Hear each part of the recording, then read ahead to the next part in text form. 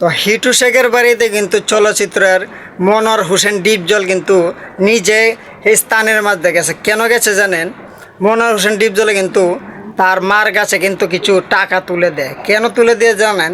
ডিপজলে কিন্তু বলেছে যে কিন্তু তার সন্তান দোষ করেছে, কিন্তু তার মা তো দোষ করে নাই। আমাদের সকলেরই মায় কোনোদিন কিন্তু দোষ করে নাই সন্তানের কাছে। কিন্তু হিটু শেখ যে এই কাজটা করছে, তার মা কিন্তু এই বিষয় নিয়ে কিছু দায়িত্ব তার মাকে দেওয়া যাবে না, তার মাকে দোষ দেওয়া যাবে না।